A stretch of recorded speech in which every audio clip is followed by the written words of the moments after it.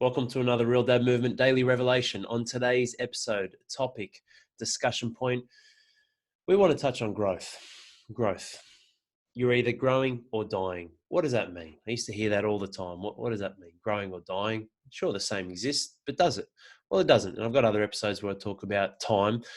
The reality is, the one thing that is always the same is change in a funny way, if that makes sense. And it's true. Things are always changing. Are you growing? Are you expanding? Or are you contracting? Now, breaking it right down to the micro, it may feel like I'm the same in this second as I am 3 seconds later. But in the grand scheme of things, it's looking at your life as a whole and the experiences you're having and realizing that, hey, there are periods where I'm not happy. The periods where I'm least happy, are they because I haven't been growing? And that is true for a lot of people. For me, when I was that fat boy from 8 till about 16, I reached a point where it was killing me. Enough was enough. I wasn't happy. I wasn't happy for many years, but I just wasn't happy, and that was it. I exhausted every resource, still playing cricket, still doing other things, school, academics, where I just wasn't growing. I didn't feel like I was anymore. And I was drawing back, contracting, and not happy with who I was and who I was becoming. So I created the change. Same with rugby league. When I called it quits, when I retired and that was it, I wasn't growing anymore. I had 9 operations over 6 years, going up and down, chasing the carrot they're dangling to try and what? Be on TV. Like, come on.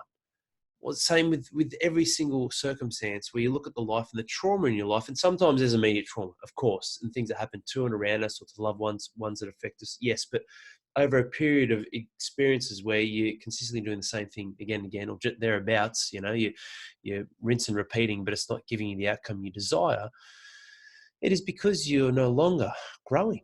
And growth is so important. It's a huge part of life. Now, do you need to grow to be happy? Well, I wouldn't want to take that risk. Can you consistently grow? Not necessarily. There are periods where you fall down, you fall apart, shit hits the fan. There are hardships, challenges in your life. There's circumstances where you feel like you're coming unstuck, you're falling down. Yeah, that's true. But also those pivotal moments where it is the most discomfort, the most pain, the most hardships, you're not in the comfort zone at all there.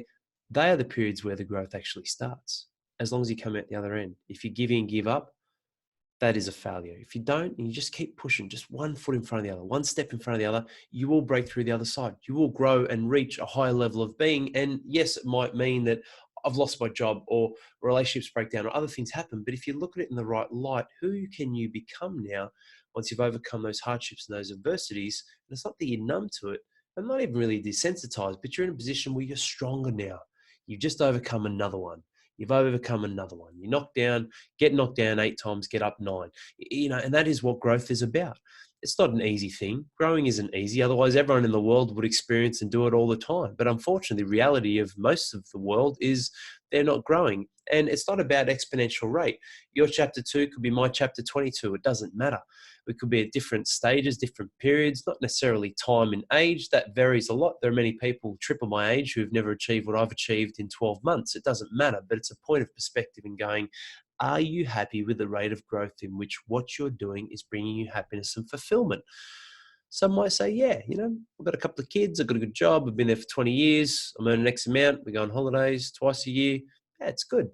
I'm enjoying it. This is it. I'm happy here. Is that a risk you're really willing to take though?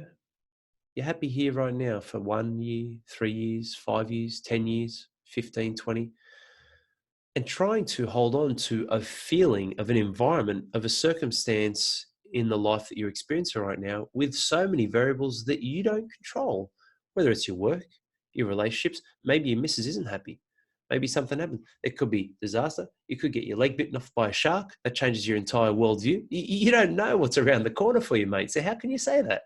How can you say I'm happy here and I can just maintain this for the rest of my life? You don't control that. You don't have a say in that. I could get hit by a bus tomorrow and be done. We don't know when our time's up. And there's no guarantee on how much we have left. But in the grand scheme of things, you live to be 80, 85, 90, 95. Are you happy though? Do you want to take the risk of looking back and going, yeah, you know what, that was good. Like between 30 and 65, and then I retired. Like that, they were good years. I wonder if I should have done that, or if I could have done that investment, or started that business, or if we could have had another kid, or Like, it doesn't have to be around business and money, obviously, but traveled these areas, or Jesus, like, that's the pondering through ignorance, which can be bliss, but only through ignorance itself of choosing not to have the awareness, which is deep to your core, in going, that's regret, man. That is regret. Which is why for me, yes, there's hardships in my life. I've been through a lot, but it's putting me on an exponential path of growth through leaning into the wind, copping some punches along the way, and leaning into the shit and really taking ownership over it and moving forward. That's what this is about. I don't hold any regrets. Some of the biggest traumas in my life and toughest periods have come out the other end, and they've been the greatest blessings. Now, I'm not saying that I want them and I wish for them. It's not easy, man. It's not easy at the time as well. But what's the alternative? What's the choice? What's the other choice that you have in going, all right, I'm going to pull away and withdraw myself. There's a loss mentally. I've fallen down.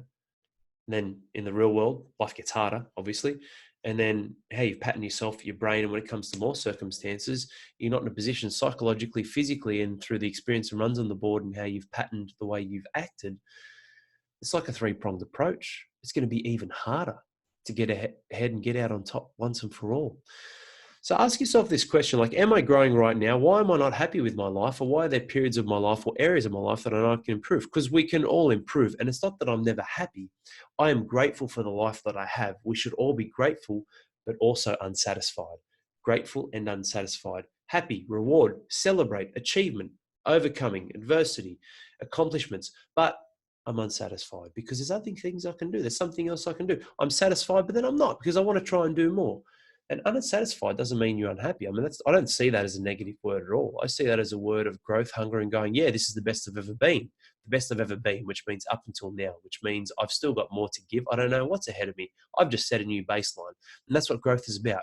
Resetting, reset, reset, reset your new baseline. And if you do that as a man, you'll increase who you are as a father, as a lover, a partner, a colleague, a worker, a business owner, someone who adds value to the world, charities, volunteering, anything. You can give more and do more and be more and have more because you are more internally, driving that driving force of hunger and energy inside of you to ultimately reach for a high level of achievement within yourself. Not external things, money, cars, all these things. They're byproducts, whatever floats your boat, but internally growing to be the best you can be. And when you do that, you will move forward, mate. So ask yourself that question. Am I holding back? What am I doing? What do I need to work on?